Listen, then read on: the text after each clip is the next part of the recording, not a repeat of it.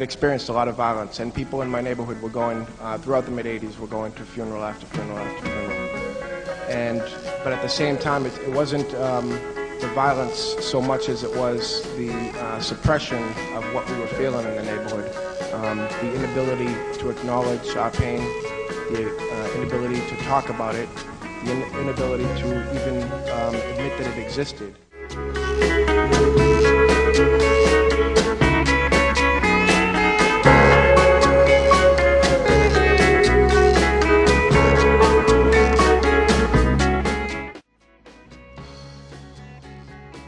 Before the hearing, as Whitey Bulger smiled and gestured at Boston reporters he hadn't seen for years, Maria Natarajanli was outside, remembering how Bulger had allegedly killed her father and uncle, mob associates in the North End in competition for Whitey.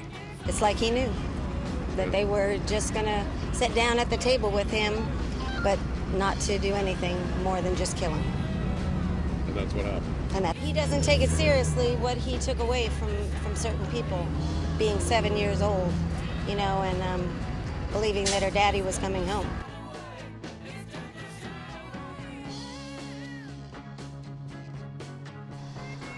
The Boston Housing Authority came through the apartment on a regular basis to make sure the house was being kept up. The house was looking great since my mother's boyfriend Coley had moved in with us, building furniture and cleaning rugs. Whenever the inspectors were coming over with their pens and notebooks, Ma had to get rid of Coley for the day. Our apartment passed inspections, but the project itself wasn't looking too good. The ancient mailboxes in the hallway were falling apart.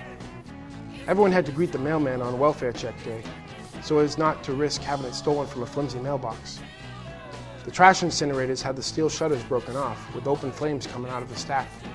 You had to throw your trash from a distance in order to avoid being set on fire. The front doors to the buildings were hanging off their hinges, and when a hallway window broke, it would stay broken through the winter. Long after the BHA inspectors were gone, when it got dark, the roaches would come out in droves. They didn't like the light, so if you ever got up in the middle of the night, you'd see them scatter all over the place as soon as you flicked the switch. They'd be covering the kitchen floor, carrying food, and hovering around the slightest drop of liquid. They love tonic, especially Sprite. I figured this out one morning after I'd left half a glass of Sprite out overnight and had woken up to find about 20 dead cockroaches floating around in the cup. That's when I realized they had wings too, just like the huge water bug roaches that came out in the summer. But they never used them until they started to drown in the Sprite. They all floated in the cup with their useless wings spread out. I stared at them for a good long time, wondering if they didn't know how to use their wings, or if they just didn't know that they had them until it was too late to save themselves. And one of the great things for me, like writing a lot of these passages in All Souls, it would only be long after I wrote them that I realized, oh, well, I think we'll keep that one because that's, you know, that obviously says a lot about not just the cockroaches that are dying in the cup, but about the bigger story in this book, which is about so many of my own neighbors and my own siblings who were never allowed to realize their full potential, had never been given an opportunity to find their voice.